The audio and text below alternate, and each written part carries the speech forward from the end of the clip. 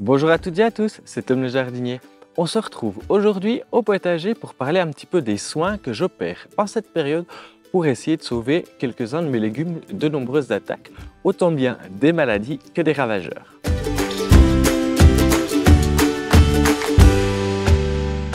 En premier, je voulais vous parler un petit peu de la mouche mineuse. Alors il y en a deux différentes qui attaquent principalement mon jardin, celle qui attaque les poireaux et celle qui attaque les carottes. Premier principe, que ce soit pour l'une ou pour l'autre, il est indispensable de faire une bonne rotation de culture, surtout si on n'a pas plein de cultures qui sont mélangées les unes avec les autres. Grâce à cette méthode-là, j'en ai plus pratiquement sur mes poireaux.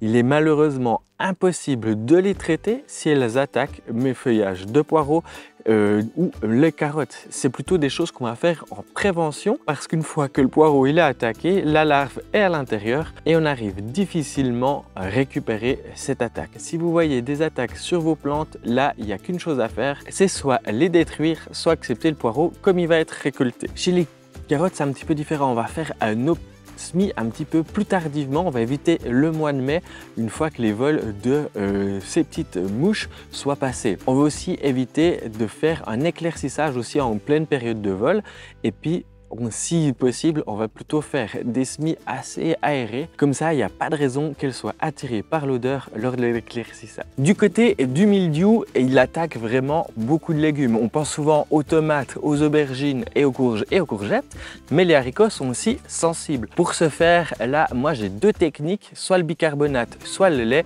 que je vais diluer avec de l'eau. Je vous mets la recette sur le côté et comme ça, je fais ça une fois tous les 15 jours et après chaque pluie.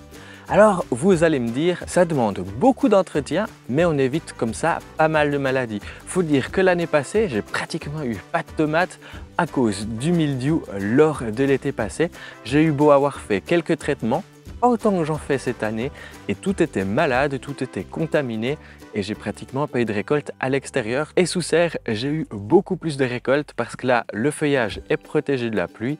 C'est aussi une bonne chose. Du côté des tomates, comme je sais que j'ai ce genre de maladie là, je vais tailler plutôt un jour de beau temps et justement, je vais tailler et tutorer. Je vous ai déjà dit ça dans une précédente vidéo que vous retrouvez dans la barre d'infos. Et avant que je vous parle des rosiers, si vous avez encore des astuces, n'hésitez pas à le mettre dans les commentaires.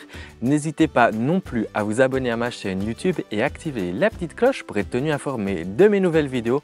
Et pour moi, c'est un chouette encouragement. N'hésitez pas non plus à mettre le petit pouce bleu en l'air si vous avez apprécié ma vidéo. Du côté des rosiers, munissez-vous d'une bonne paire de gants et déjà taillez après chaque floraison.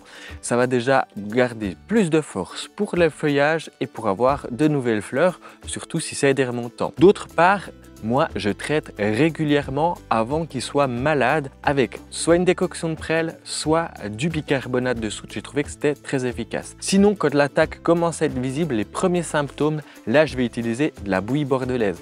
J'évite tout de même d'en faire beaucoup parce que la bouillie bordelaise peut apporter quelques métaux lourds dans le sol. Voilà, vous savez comment avoir de belles roses, de beaux légumes au potager et comme ça, vous aurez des légumes sains tout en utilisant des produits naturels. Nous, on se retrouve tout bientôt pour une prochaine vidéo. Si vous avez d'autres astuces, les commentaires sont là pour ça. Nous, on se retrouve tout bientôt pour une prochaine vidéo. D'ici là, évidemment, bon jardinage. Ciao, jeune pousse.